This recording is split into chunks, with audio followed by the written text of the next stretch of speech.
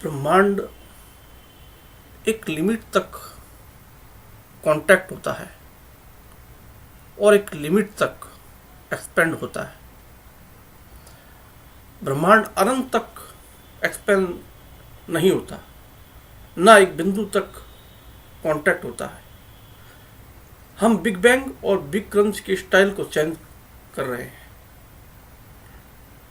हम एक नया आइडिया बता रहे हैं, एक्सपेंशन और कॉन्ट्रैक्शन। ब्रह्मांड के एक्सपेंशन और कॉन्ट्रैक्शन का यह आइडिया, इसका आधार क्या है? हम किस आधार पर ब्रह्मांड के एक्सपेंशन और कॉन्ट्रैक्शन की बात कर रहे हैं? ब्रह्मांड के एक्सपेंशन की एक लिमिट है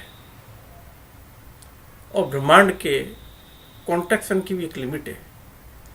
ना तो ये पॉइंट मास से शुरू हुआ, ना ही ये अनंत तक फैलता है। ब्रह्मांड संकुचित भी एक पॉइंट तक नहीं होता। ब्रह्मांड एक लिमिट से एक्सपेंशन होना शुरू हुआ और एक लिमिट तक कांटेक्ट होता है। ये एक्सपेंशन और कॉन्ट्रैक्शन स्फीयर से स्फीयर नहीं होता, ना ही इलिप्सॉइड से इलिप्सॉइड तक होता। यानी ब्रह्मांड एक स्फीयर से लेकर के एक दूसरे स्फीयर तक नहीं फैलता, ना ही एक अंडाकार यानी इलिप्सॉइड से शुरू होकर के एक इलिप्सॉइड तक फैलता है। ब्रह्मांड के फैलने और सिकुड़ने की जो ये लिमिट है, इसके पीछे हमारा आधार हमारे सोलर सिस्टम के प्लैनेट, हमारे सोलर सिस्टम के मून, सूर्य, दूसरे तारे जो एक लिमिट तक एक्सपेंड होते हैं, एक लिमिट तक कांटेक्ट होते हैं। ब्रह्मांड की शेप क्या है? ब्रह्मांड की आकृति कैसी है? क्या स्फेरिकल है? क्या एलिप्सॉइड है? हमें ब्रह्मांड के एक्सपेंशन और कॉन्ट्रैक्शन का ये आइडिया कैसे आया और हम क्या बेस लेकर के चल रहे हैं? कैसे इसकी गणितीय व्याख्या हम करना चाहते हैं? ब्रह्मांड की आकृति ऑब्लेट है, यह हमारा नया विचार है। ऑब्लेट शेप की ये नई विचारधारा के पीछे हमारा आधार है ग्रहों, तारों, ब्लैक होल, इनकी आकृति ऑब्लेट है। हमने ऑब्लेट आकृति के मैथमेटिकल गुण को बताया। इसी प्रकार से हमने ये भी बताया कि ऑब्लेट शेप के होने से हम रोटेशन की कैसे व्याख्या करते हैं। हम रोटेशन के पीछे एक विराट लॉजिक लेकर के चलते हैं। कहाँ से रोटेशन का ओरिजिन आता है? क्यों कोई आकाशीय पिंड घूर्णन करता है? किस प्रकार से रोटेशन या स्पिनिंग अस्तित्व में आता है? इसके पीछे हमारा एक बड़ा आधार है। आकाशीय पिंड सभी कॉन्ट्रैक्ट होते हैं, सभी एक्सपेंड होते हैं। ये ऑब्लेट शेप के मैथमेटिकल गुण के अनुसार हम बता रहे हैं। एंगुलर मोमेंटम कहाँ से आता है? एक मैग्नेटिक फील्ड का ओरिजिन कैसे होता है? ये ऑब्लेट शेप के मैथमेटिकल गुणों से हमें समझ में आता है। ब्रह्मांड इस प्रकार से एक्सपेंड होगा और वापस कांटेक्ट होगा, तो वो ऑपरेटिंग फोर्स कौन सा है? हमारा तर्क ये है कि ब्रह्मांड अंडाकार से गोलाकार और गोलाकार से अंडाकार के रूप में एक्सपेंड और कॉन्ट्रैक्ट होता है। ब्रह्मांड के इस प्रकार के ऑसिलेट होने से किस प्रकार से ब्रह्मांड का विकास होगा, इवोल्यूशन होगा, आकाशीय पिंड कैसे बनेंगे, कैसे वो वापस नष्ट हो जाएंगे, वर्तमान एस्ट्रोनॉमी, एस्ट्रोफिजिक्स, कॉस्मोलॉजी इस बात को समझा नहीं पाती कि यूनिवर्स की शेप का, यूनिवर्स की आकृति का, यूनिवर्स द्वारा किए गए क्रिएशन में क्या भूमिका है, किस प्रकार से एक ऑब्लेट शेप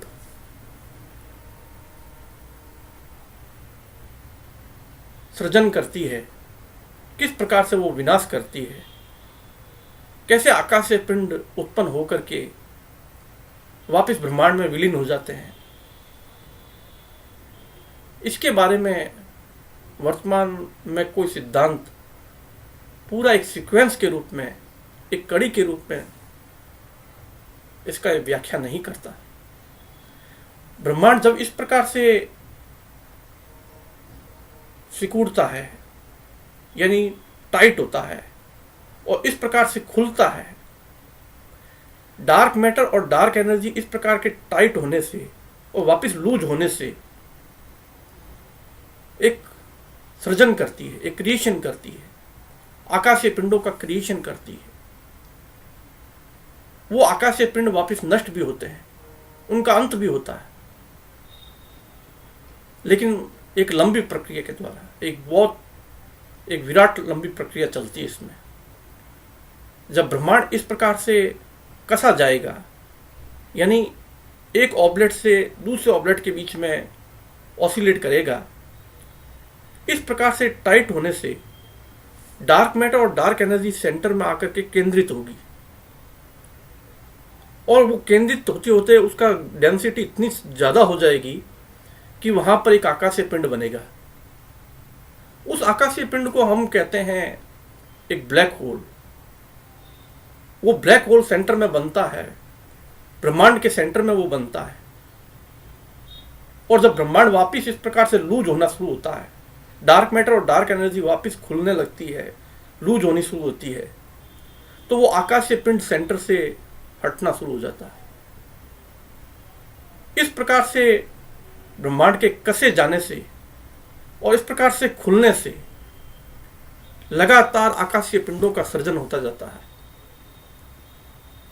और प्रत्येक इस प्रकार के टाइट और लूज होने से एक ऑसिलेशन होता है, और उसमें एक ब्लैक होल एक गैलेक्सी के साथ, भीमकाय गैलेक्सी के साथ में उत्पन्न होता है।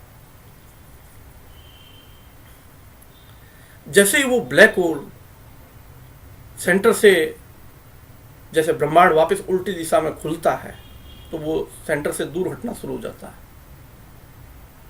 फिर दोबारा एक और ऑसिलेशन शुरू होता है, एक दोबारा चक्र शुरू होता है, एक साइकिल शुरू होता है, ब्रह्मांड पुनः कसना शुरू होता है, और कसता कसता जब सेंटर में बहुत हाई डेंसिटी हो जाती है डार्क मैटर और डार्क एनर्जी की, तो दोबारा फिर एक पिंड बनता है, वो दोबारा फिर एक ब्लैक होल गैलेक्सी के, भीमकाय गैलेक्सी के साथ उत्पन्न होता है। इस प्रकार से बनने के बाद में वो ब्लैक होल जब ब्रह्मांड उल्टी दिशा में वापस खुलना शुरू होता है, तो वो सेंटर से हटना शुरू होता है। तब तक जो पुराना ब्लैक होल है जो बना था, वो ब्लैक होल ब्रह्मांड का चक्र लगाता रहता है एक गैलेक्सी के साथ में। ब्रह्मांड इस प्रकार से दोबारा फिर कसा जाता है, तीसरी बार कसा जाता है, तो फिर उसी प्रकार से एक ब्लैक होल का सृजन करता है, उसके साथ में भीम का एक गैलेक्सी होती है। इस प्रकार से अनेक ब्लैक होल और गैलेक्सी के साथ में उत्पन्न होते रहते हैं। ये ब्लैक होल की संख्या ब्रह्मांड में बढ़ती जाती है। भीम का गैलेक्सियों के साथ में वो इस प्रकार से ब्रह्मांड अनेक गैलेक्सी युक्त ब्लैक होल का सृजन करता रहता है। इस प्रकार की कसावट से और पुनः खुलने से जो सृजन होता है, जो क्रिएशन होता है, वो लंबे समय तक ब्रह्मांड सृजन करता रहता है, लेकिन अनंत समय तक नहीं। ब्रह्मांड का भी अंत होता है। ब्रह्मांड इस प्रकार से जब कसावट से और खुलने से एक दोलनीय ढंग से confocal oblate spheroid to confocal oblate spheroid ऐसे दोलन करता रहता है, तो लगातार गैलेक्सियां सेंटर में बनती जाती है। उनके सेंटर में ब्लैक होल होता है और वो सेंटर से हटते जाते हैं। ब्रह्मांड में इस प्रकार का जो सृजन है, उसका स्वरूप अगर हमें विचार करना है तो हमें विराट रूप में सोचना होगा कि इतना बड़ा ब्रह्मांड एक छोटे से ब्लैक होल को क्रिएट करता है और उसके साथ में एक गैलेक्सी होती है। यह मंथन चलता है एक प्रकार का कि ब्रह्मांड कसता है और खुलता है, कसता है और खुलता है। इस प्रकार का कसना और खुलना दोलनीय ढंग से हजारों हजारों करोड़ों वर्षों तक चलता रहता है। जब ब्रह्मांड इस प्रकार से सृजन करता है तो ये जो बने हुए ब्लैक होल युक्त गैलेक्सी, जो गैलेक्सी के सेंटर में ब्लैक होल है, उनका स्ट्रक्चर भी ब्रह्मांड के स्ट्रक्चर की जैसा ही होता है। उनका स्ट्रक्चर कन्फोकल ऑब्लेट स्फीरॉइड होता है और हमने कन्फोकल ऑब्लेट स्फीरॉइड का मतलब समझा दिया है। हम समझा चुके हैं कि कन्फोकल ऑब्लेट स्फीरॉइड का ऑसिलेटरी नेचर होने पर किस प्रकार से उसमें हाइपरबोलॉइड और ऑब्लेट शेप सामने आते हैं। इस प्रकार के ब्लैक होल कांस्टेंट नहीं रहते, समय के साथ उनकी उम्र में चेंजेस आता है, उसकी उम्र घटती है, उनका डाउनफॉल होता है। तो ब्रह्मांड में ग्रेविटी का जो स्ट्रक्चर है वो कन्फोकल ऑब्लेट स्फीरॉइड है और ब्रह्मांड की ग्रेविटी ऑसिलेटरी टाइप की होती है। मतलब ब्रह्मांड दो भिन्न कन्फोकल ऑब्लेट स्फीरॉइड के बीच में दोलन करता है। ये ग्रेविटी का मॉडल है। जब इस प्रकार से उत्पन्न ब्लैक होल समय के साथ में बूढ़े होते हैं, यानी उनका ग्रेविटी कमजोर होती जाती है, वो ब्लैक होल दो भिन्न कन्फोकल ऑब्लेट स्फीरॉइड के बीच में ऐसे ऑसिलेट करते रहते हैं। इसलिए उनका स्ट्रक्चर कन्फोकल ऑब्लेट स्फीरॉइड की तरह होता है। ये ब्लैक होल धीरे धीरे तारों में कन्वर्ट होते हैं और जो तारे हैं वो मंद गति से, धीमी गति से धीरे धीरे गैस दैत्य में बदल जाते हैं। ये गैस दैत्य ग्रह धीरे धीरे रॉकी प्लेनेट में परिवर्तित होते जाते हैं, यानी कन्वर्ट होते जाते हैं। रॉकी प्लेनेट धीरे धीरे चंद्रमा के रूप में बदल जाते हैं, चंद्रमा में कन्वर्ट हो जाते हैं और चंद्रमा जो है धीरे धीरे धूमकेतु में कन्वर्ट हो जाते हैं। धूमकेतु है वो एस्ट्रॉयड में कन्वर्ट हो जाते हैं और एस्ट्रॉयड है वो टूटते जाते हैं, खंडित होते जाते हैं और धीरे धीरे ब्रह्मांड में उसके डार्क मैटर और डार्क एनर्जी के महासागर में विलीन होते जाते हैं। डार्क मैटर और डार्क एनर्जी का ये विराट ओशियन यानी महासागर किस प्रकार से सृजन करता है, किस प्रकार से नष्ट करता है, इस पूरी प्रक्रिया को हमें बड़ी माइन्यूटली समझना होगा, बड़ी बारीकी से समझना होगा। एक ब्लैक होल का स्ट्रक्चर कन्फोकल ऑब्जेक्ट स्फीरॉइड होता है, और ब्लैक होल जिसके साथ भीम का गैलेक्सी, उसका स्ट्रक्चर भी विराट रूप में कन्फोकल ऑब्जेक्ट स्फीरॉइड के रूप में होता है। ब्लैक होल फैलता भी है और सिकुड़ता भी है। उसकी पोलर रेडियस फैलती है, कम होती है, बढ़ती है, कम होती है। इक्वेटोरियल रेडियस भी उसकी बढ़ती है, कम होती है। इसका मतलब है यह है कि कन्फोकल ऑब्जेक्ट स्फीरॉइड के द्वारा एक्सपेंशन और कॉन्ट्रैक्शन एक दोलनीय रूप में होता है। हम ये कहते हैं कि ब्रह्मांड एक लिमिट तक एक्सपेंड होता है, एक लिमिट से कॉन्टैक्ट होता है। इसी प्रकार से ब्लैक होल, तारे, ग्रह, चंद्रमा एक लिमिट तक एक्सपेंड होते हैं और एक लिमिट तक कॉन्टैक्ट होते हैं। ब्रह्मांड के सृजन में डार्क मैटर और डार्क एनर्जी की जो जमावट है, उसके बारे में हम समझा चुके हैं कि डार्क मैटर और डार्क एनर्जी का जमावट ऑब्जेक्ट एक प्याज में जैसे छिलके होते हैं अलग अलग, इस प्रकार से लेड रूप में होते हैं। डार्क मैटर और डार्क एनर्जी ब्रह्मांड के साथ में कन्फोकल ऑब्जेक्ट स्फीरॉइड ज्योमेट्री के रूप में व्यवस्थित होती है। और जब ब्रह्मांड इस प्रकार से डार्क मैटर और डार्क एनर्जी के द्वारा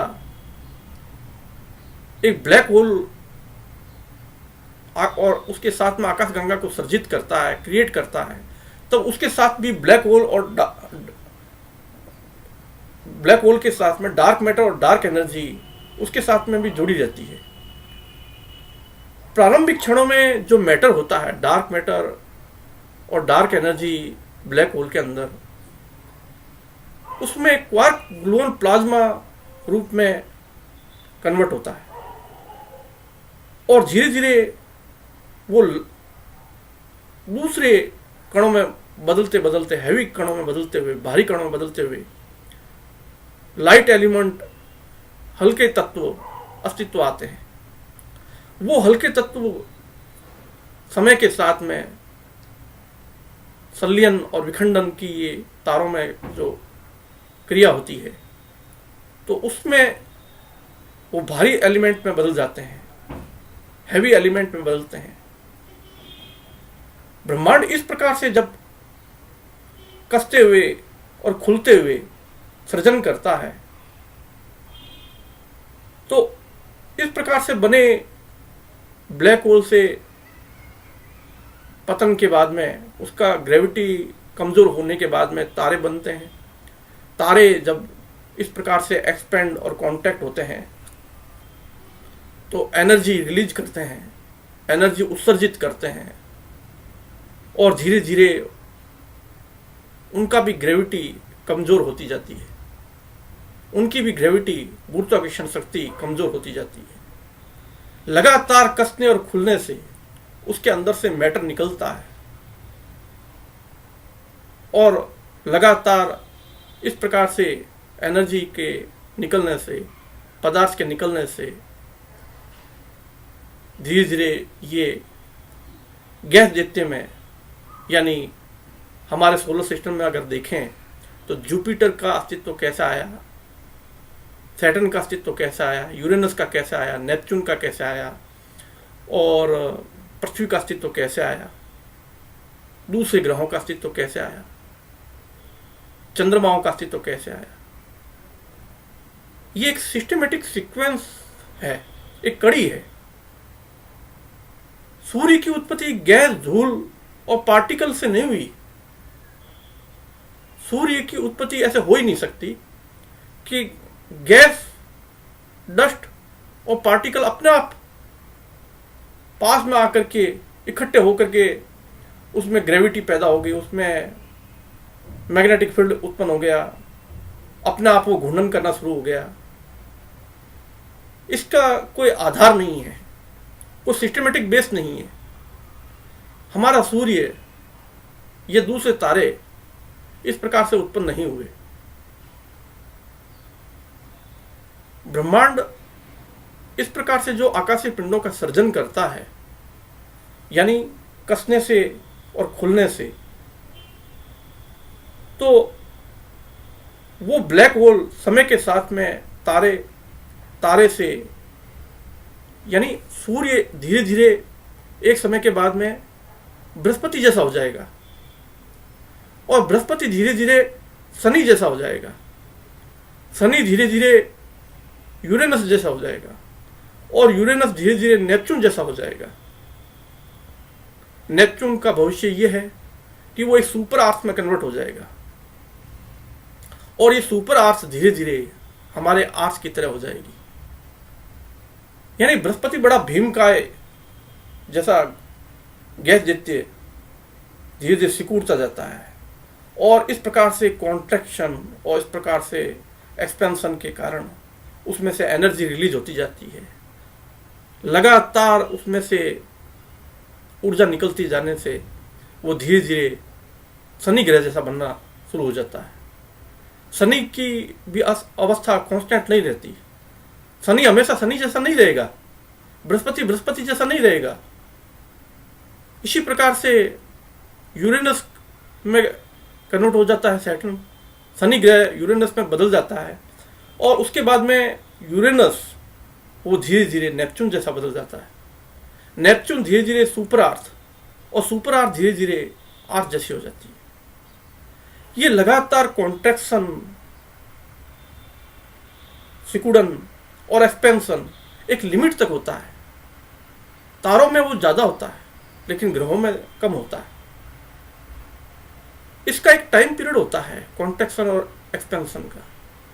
आकाशीय पिंड कितने समय में एक्सपेंड होते हैं, कितने समय में कॉन्ट्रैक्ट होते हैं, इसकी एक समय है, इसकी एक लिमिट है।